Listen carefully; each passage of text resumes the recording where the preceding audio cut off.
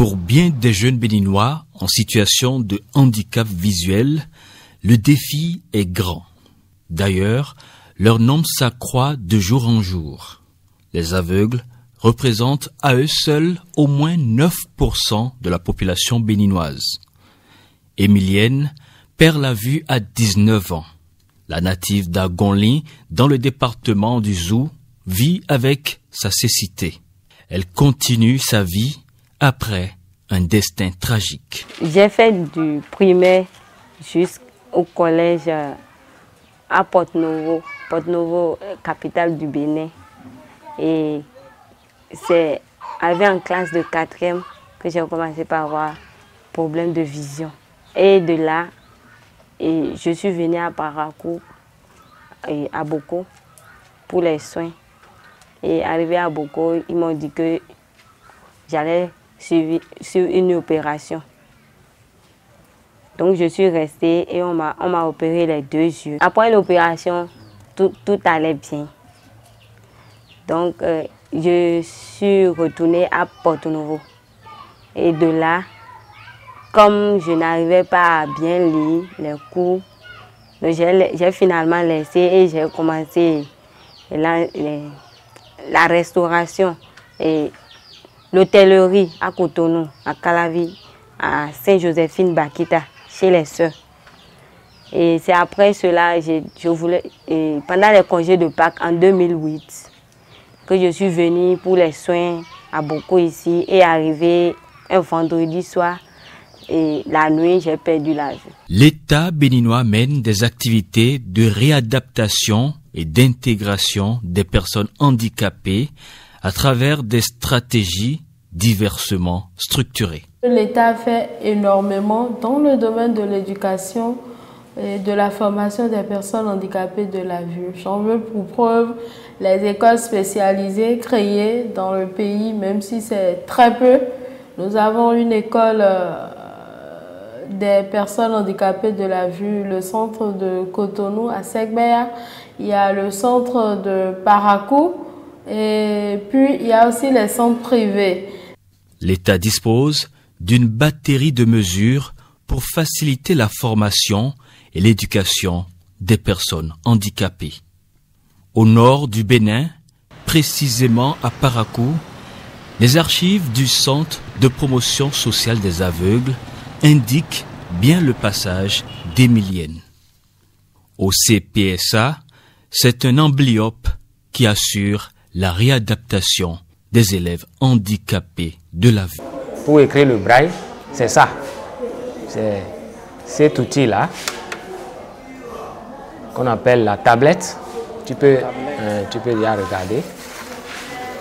La tablette, il y a plusieurs formes de tablettes. D'accord? Ça, c'est la plus grande des tablettes. D'accord?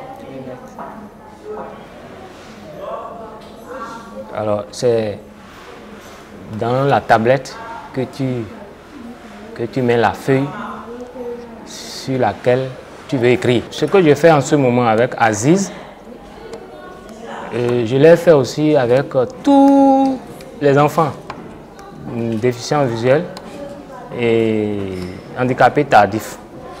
Et je l'ai fait aussi avec Émilienne, qui est passée ici. Voilà. Et alors, voilà, très bien. Nous leur apprenons l'écriture braille, c'est la toute première chose qu'ils doivent connaître quand ils viennent ici. Et l'écriture braille, ce n'est pas une écriture facile à apprendre. Donc, il faut beaucoup de persévérance, il faut beaucoup de courage pour l'assimiler. En braille, tu dois écrire de droite à gauche. La brise matinale fait encore des siennes au quartier Kanadagbe de Parakou. Émilienne est dans les derniers instants de son départ pour les cours du samedi. Pas d'usage de canne depuis sa cécité.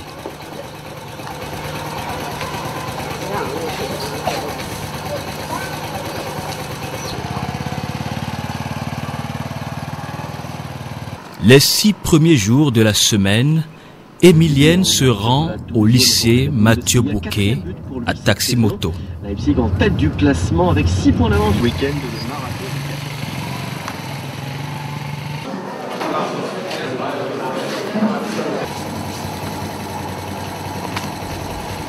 À l'école, elle bénéficie de facilités pour prendre des notes et apprendre ses cours.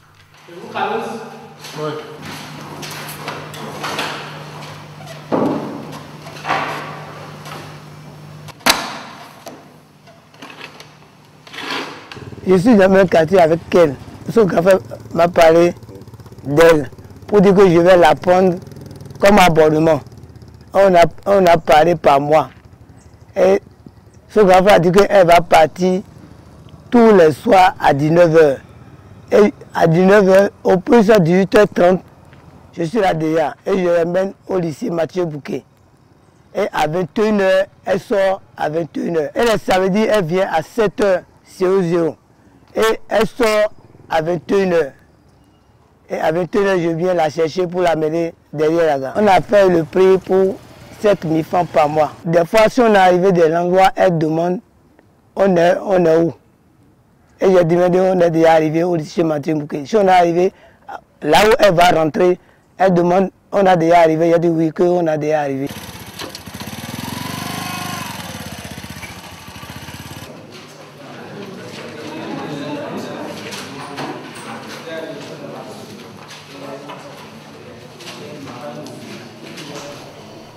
Emilienne doit affronter de nombreuses difficultés liées à son handicap.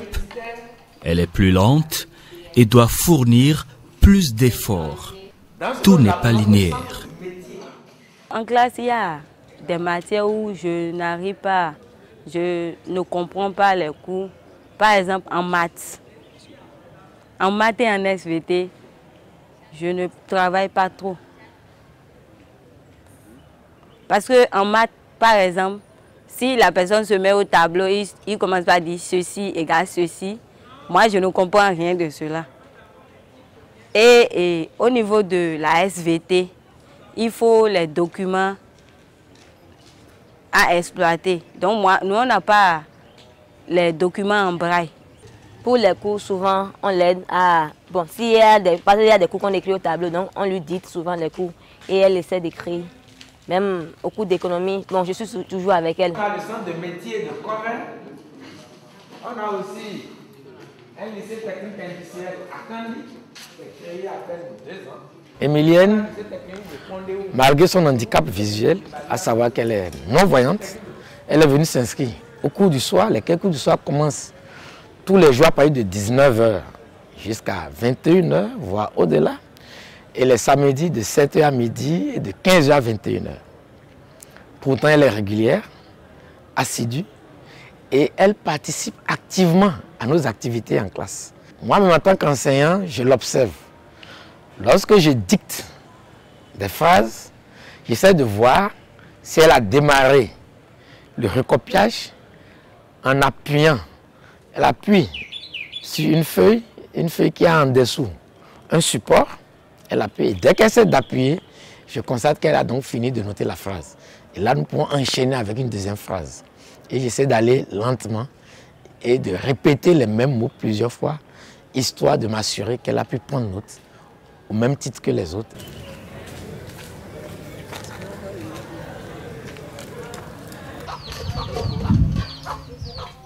Retour au quartier à la gare de Parakou.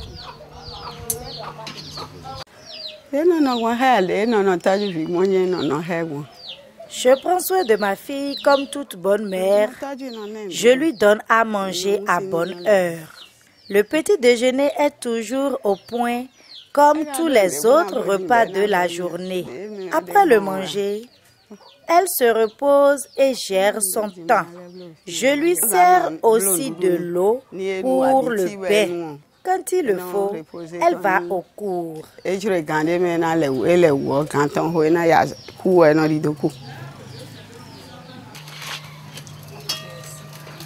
L'orpheline de père, à l'âge de 3 ans, voit paradoxalement plus clair à l'intérieur d'elle. Elle perçoit ce qui l'entoure avec plus d'acuité. Son acuité la rend un peu médium, vue de l'extérieur, tant elle perçoit les gens rien qu'à la voix, la poignée de main et l'intonation. Autant d'avantages qui boostent son envie permanente de mettre ses compétences au profit de l'art culinaire. Emilienne assure la préparation du déjeuner. Au bout d'un laps de temps, l'huile mise sur le feu chauffe.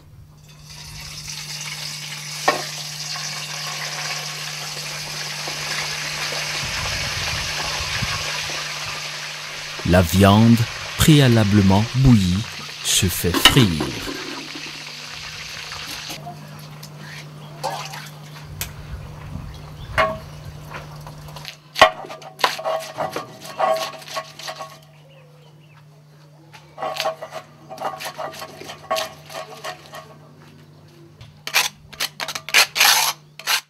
Les condiments, eux, moulus avec une grande aisance.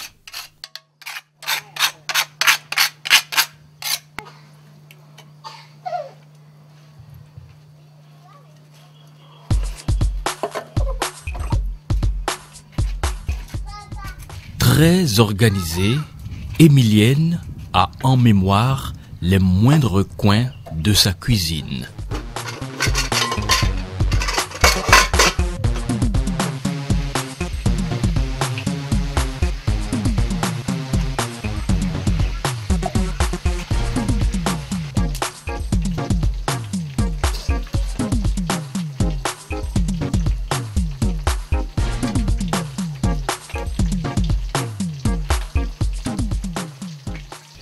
L'éveil de ses sens, la pleine conscience, la créativité font le reste.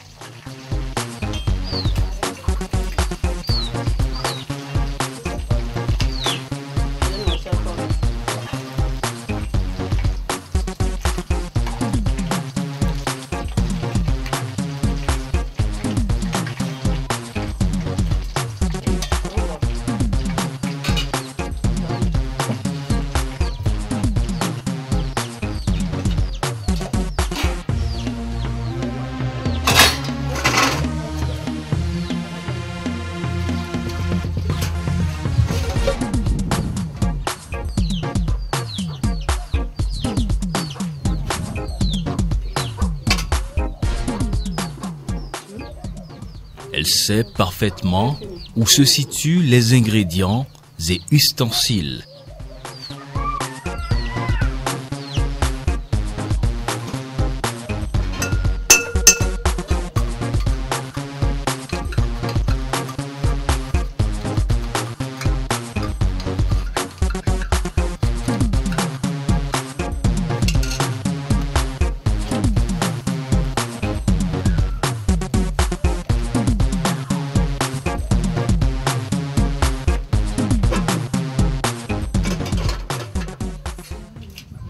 La seule fille d'une fratrie de 3 s'appuie davantage sur les autres sens pour réussir le mélange eau et farine.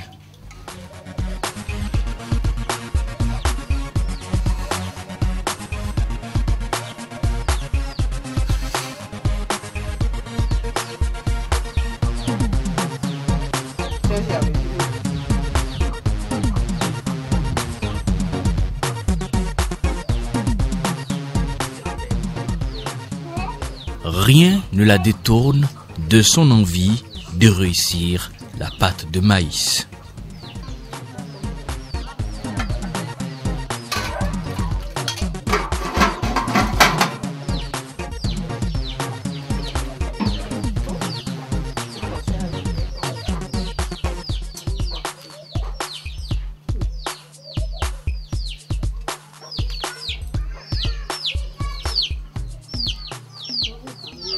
Rien également ne la détourne de sa passion pour la cuisine, comme le goût, le toucher, l'odeur, le feeling par rapport à certains ingrédients.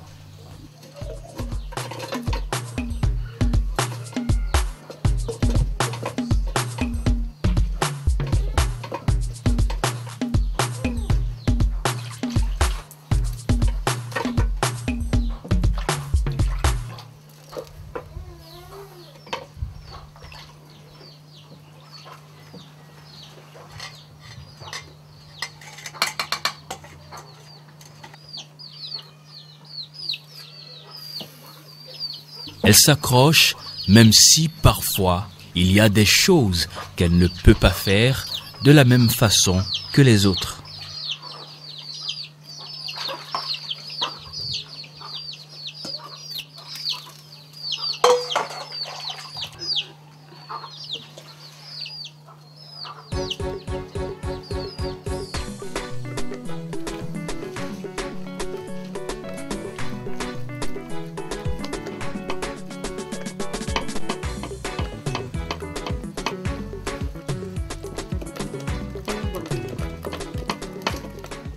Elle impressionne par sa finesse.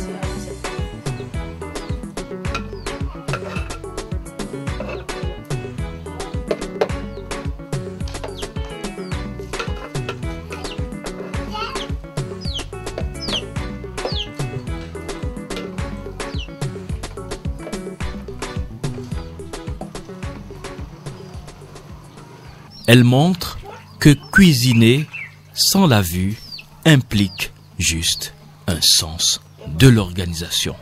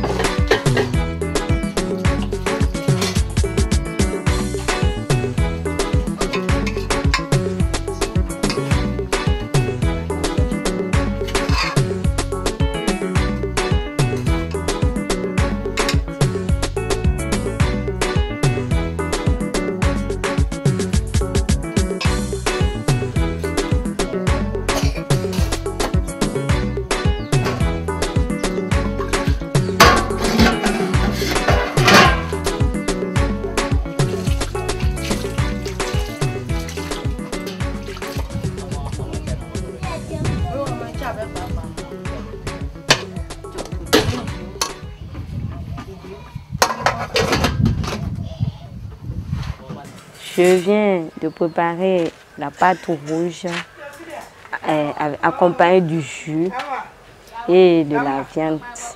C'est une dame qui aime beaucoup la cuisine. Je la vois très affairée de temps en temps quand elle a envie de faire, mais pour elle, plus elle est à l'internat, mais il lui arrive de vouloir faire un mets vraiment qui lui plaise particulièrement. C'est une dame aussi élégante, elle aime bien s'arranger, se faire belle. Et puis, je dirais que c'est vraiment le propre des personnes handicapées de la vue.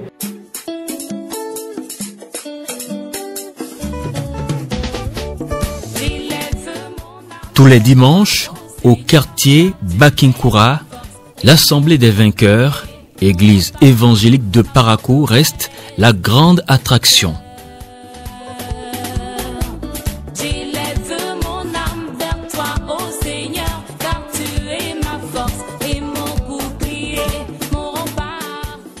Comme Émilienne, beaucoup de fidèles se retrouvent pour louer Dieu. Louange et adoration au menu du rendez-vous dominical. Mais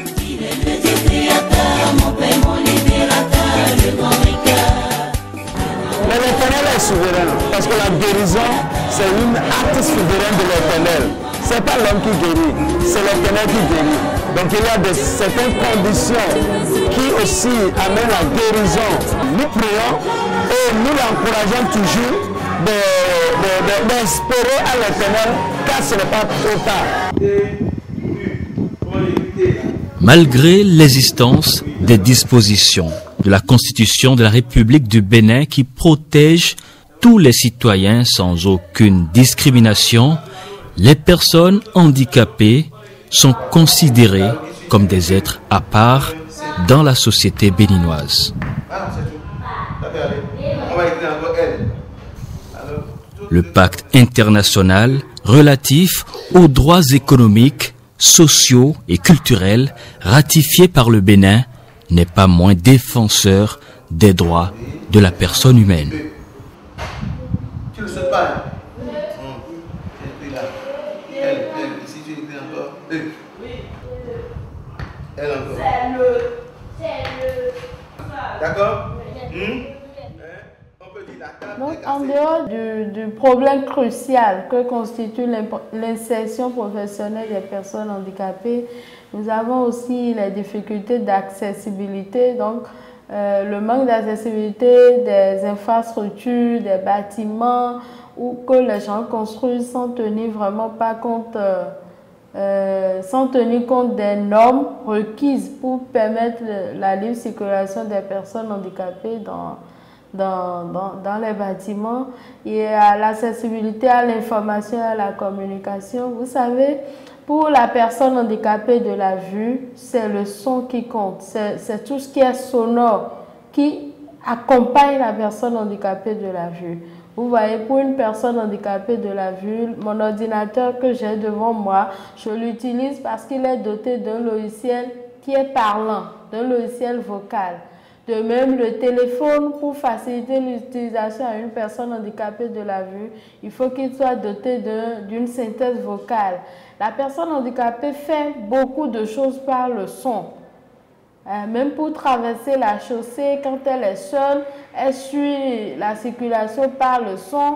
Elle fait beaucoup de choses par le son. De telle sorte que le bruit gêne beaucoup la personne handicapée, parce que quand il y a beaucoup de bruit, la personne handicapée de la vue n'arrive plus à se repérer par rapport aux différents sons. Donc, alors que dans notre société, il y a beaucoup d'informations qu'on donne qui ne sont pas sous forme sonore. Pour autant, les couleurs ne quittent pas la vie de cette fille d'agent des douanes. Elle ne voit pas, mais pourtant elle a décidé d'aller, de suivre les cours avec nous et d'aller au bac. Pourtant, elle vit son avenir. C'est ça qui m'impressionne, surtout en elle. Elle épate tout le monde en vivant son handicap, comme si de rien n'était. C'est avec l'espoir de revoir un jour.